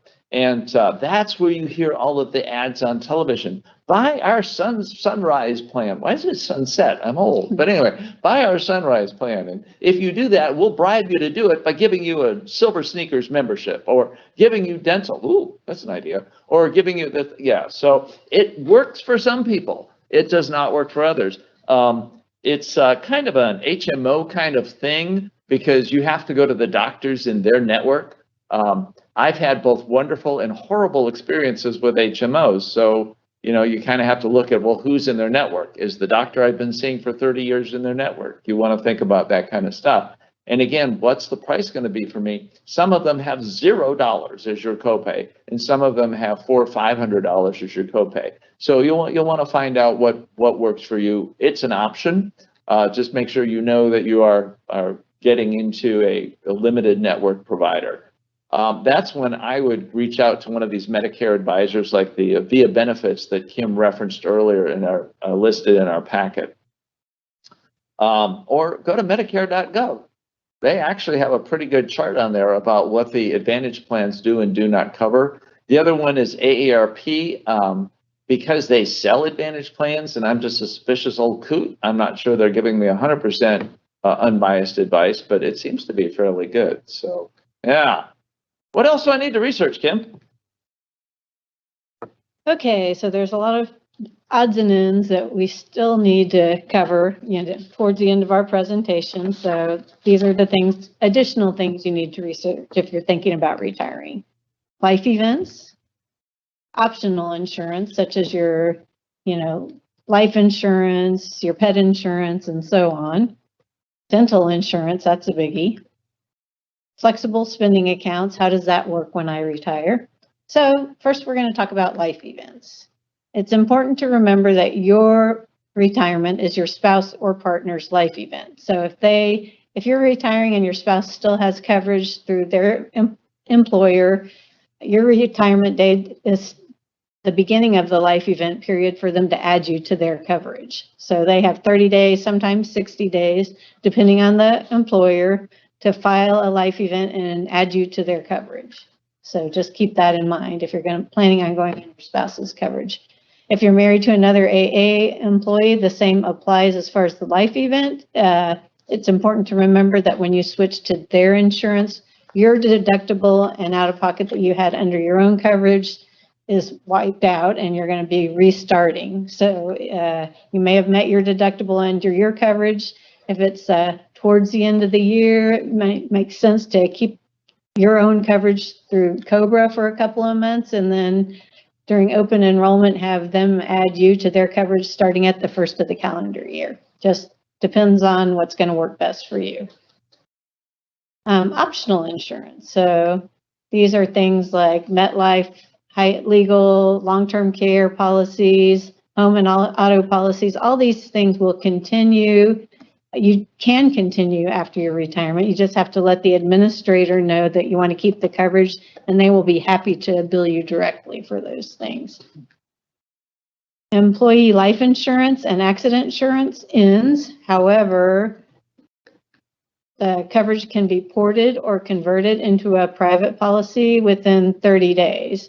And actually, I think when you convert it, it goes into a private policy, and when you port it, it's still part of the group policy. There's some weird little rules about which can be ported and which can be converted. It's more expensive, but the good thing is it doesn't require a physical exam to qualify. And if you want to continue your life insurance, you can reach out to MetLife. If you want to continue your AD&D or voluntary personal accident insurance, you reach out to Lina, and we've got those numbers in the back of the retirement packet.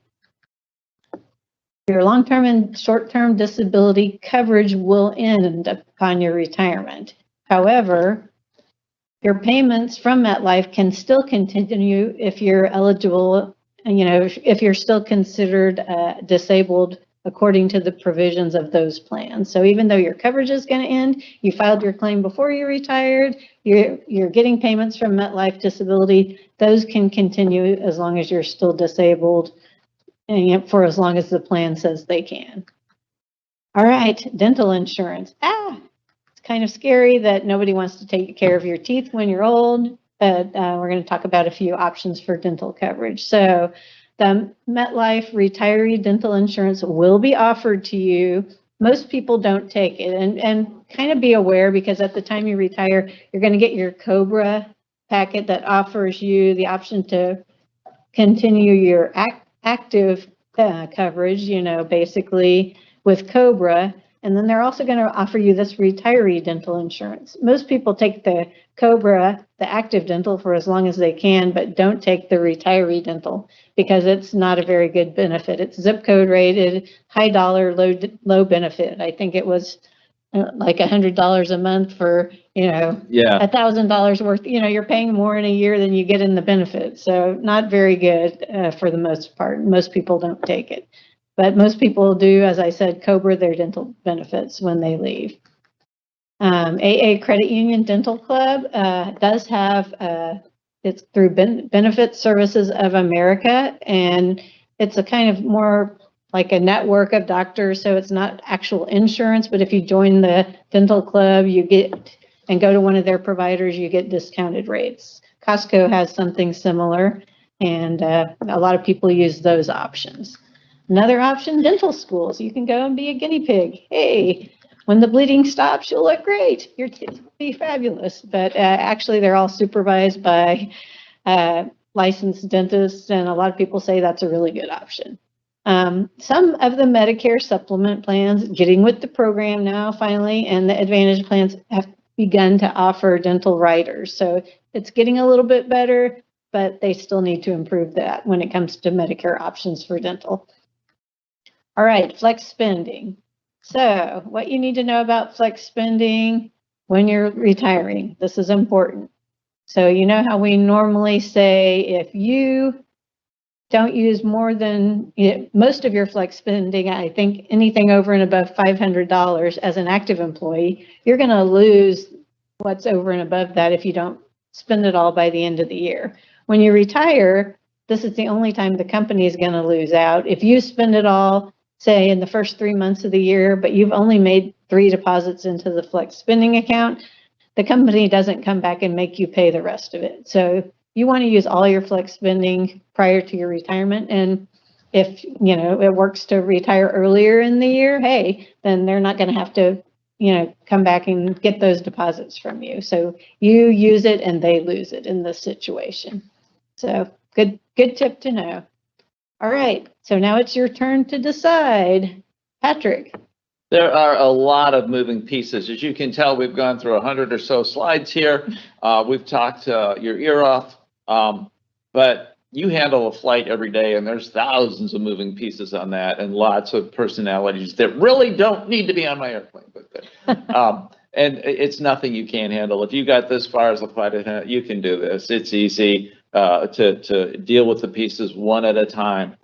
But how do you do that? What do you need to do before you leave? Start a list. Every year you go to EPT or CQ and you have a list. And there's a great start for your list on page 37 of the Good Slide package from APFA. How do you follow a checklist? One task, step at a time, in order. You've done this year after year after year, and you do the same thing for your retirement checklist. A planned departure checklist will work wonders for you. And I can't emphasize enough, even if you're not a checklist person, do it. If for no other reason, it gives you the comfort that you didn't miss something. And don't be afraid to ask questions. You know, some of us were like, yeah, I know I can handle this. Ask. We're here. We're here. So do ask questions. And because of that, because you're here learning this stuff, I know you're prepared. You've got this. You're ready.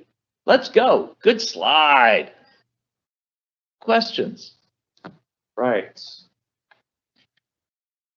Our final set of questions we have.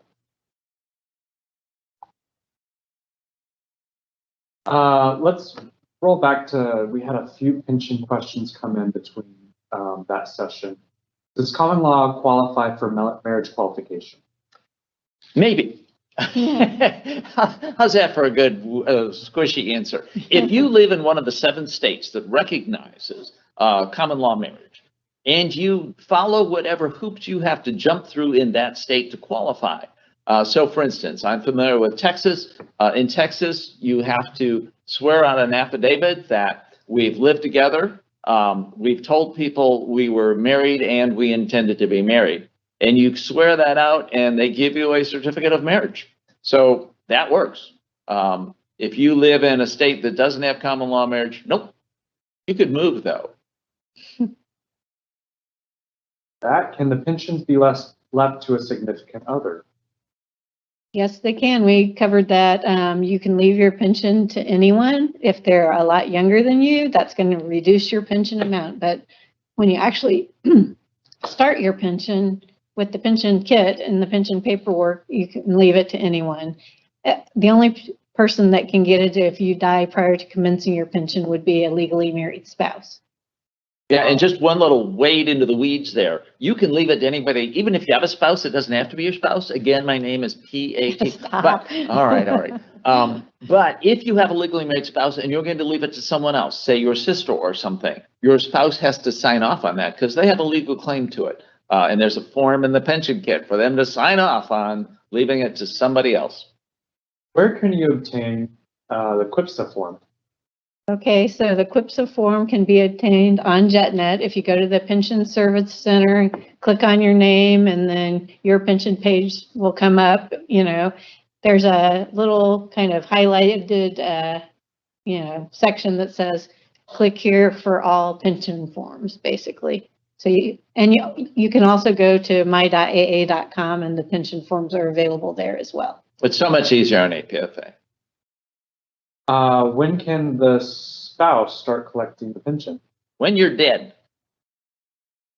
All right, on to some Medicare questions.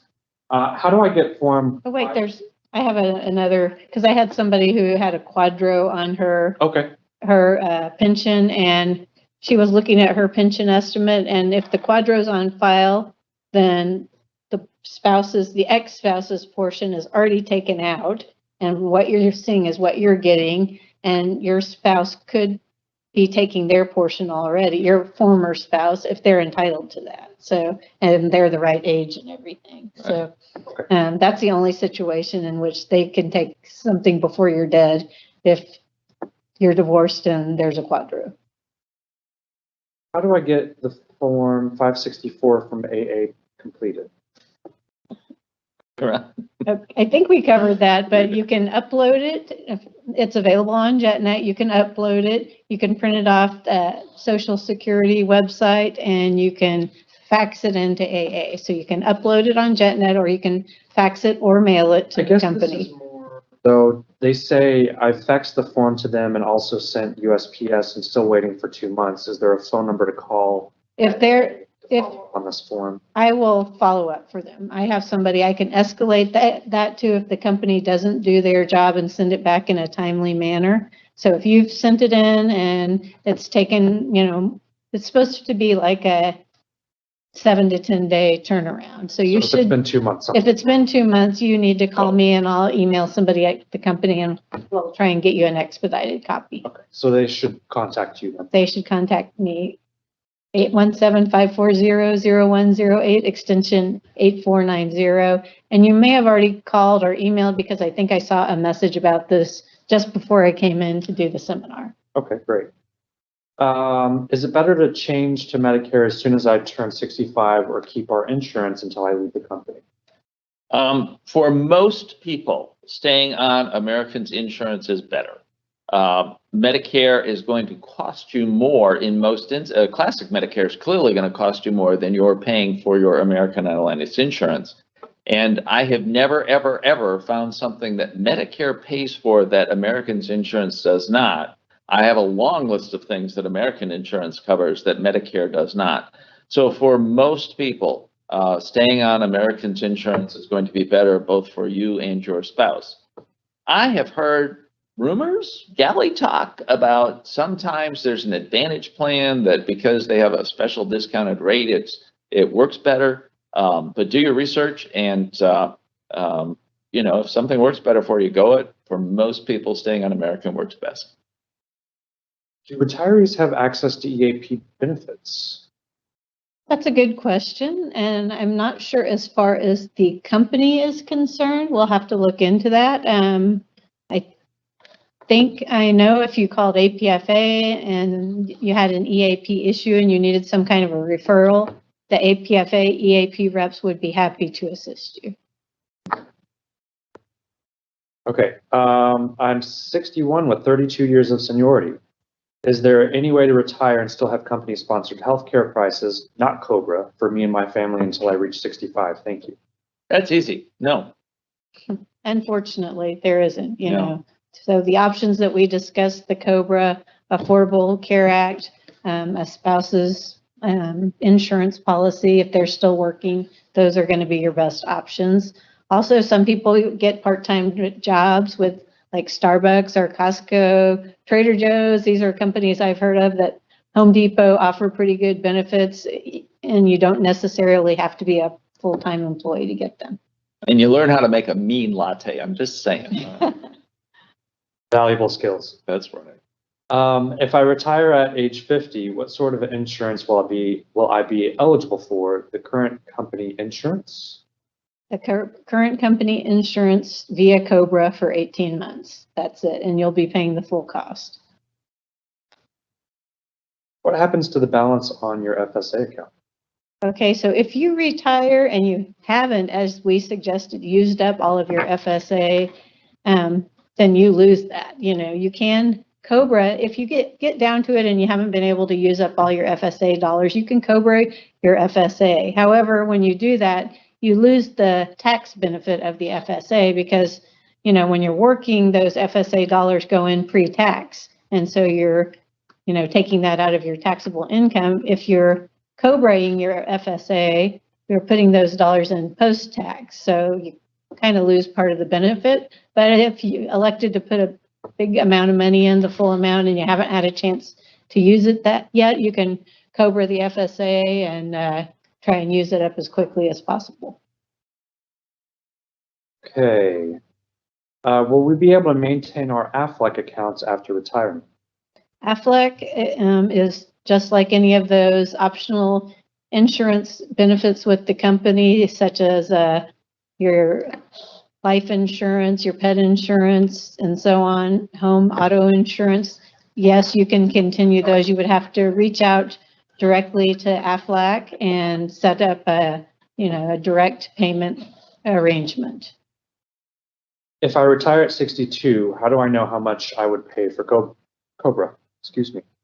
It's not age-based, so I think we've got the COBRA costs in our packet for 2022 this year. I can tell you the cost of COBRA, it depends on what plan you're in. For the standard plan, which is kind of the middle of the road plan for COBRA, it's $685.32 a month for just employee only. If it was employee plus spouse for the standard plan, it'd be $1,576.22. It's more for the high cost coverage and, less for the core plan. So that's page 25 on the. That's page 26 of the good slide packet.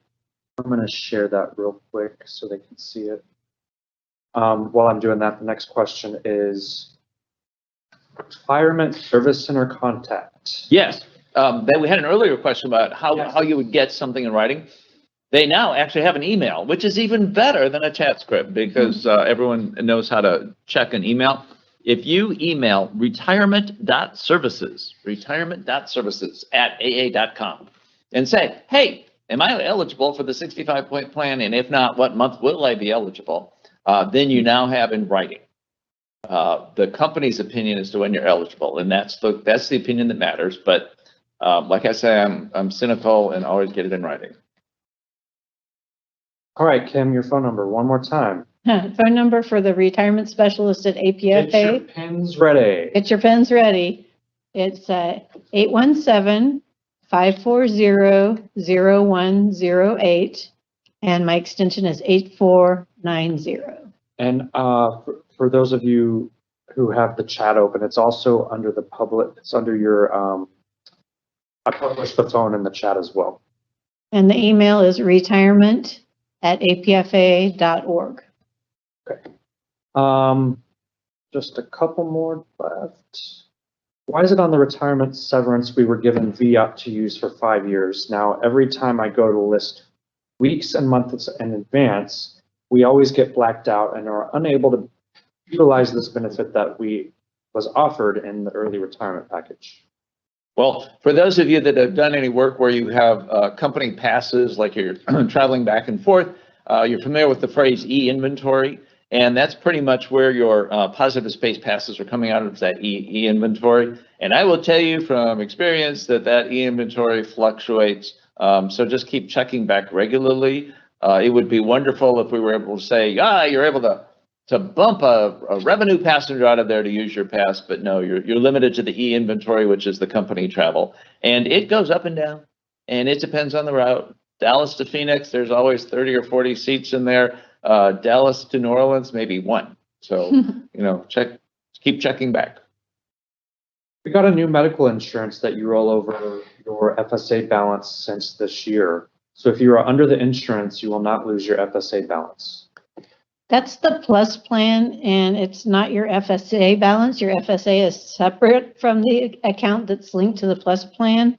It's an HRA account, a health reimbursement account, or an HSA. It's a health savings account. No, it's an HRA, health reimbursement account that you can take with you to use for your Medicare expenses and so on, but it's not the FSA. So if you still have an FSA in addition to the HRA with the plus plan, you could potentially lose FSA money if you don't use it prior to your retirement. Tell us one more time what a QDRO is. Okay, QDRO is Qualified Domestic Relation Order. And when you get divorced, you may have a split of your pension plan. And the split, the judge will say, we're going to give the idiot 25% of your pension. Well, somehow that has to be communicated to the pension plan. And there is a standardized court order called Qualified, and that means it's official, Qualified Domestic Relations Order, which domestic relations is legal talk for divorce. Qualified Domestic Relations Order. And that order hotels, in this case, American Airlines or the PBGC, take 25% of our golden flight attendant's pension and give it to the idiot. And that's what a QDRO is. It's the court order cutting off part of your pension and moving it over to that other person. They get their own account. They get their own account number. They no longer use your employee number. They get a fake employee number in order to access their pension. They now have an American Airlines or a PBGC pension.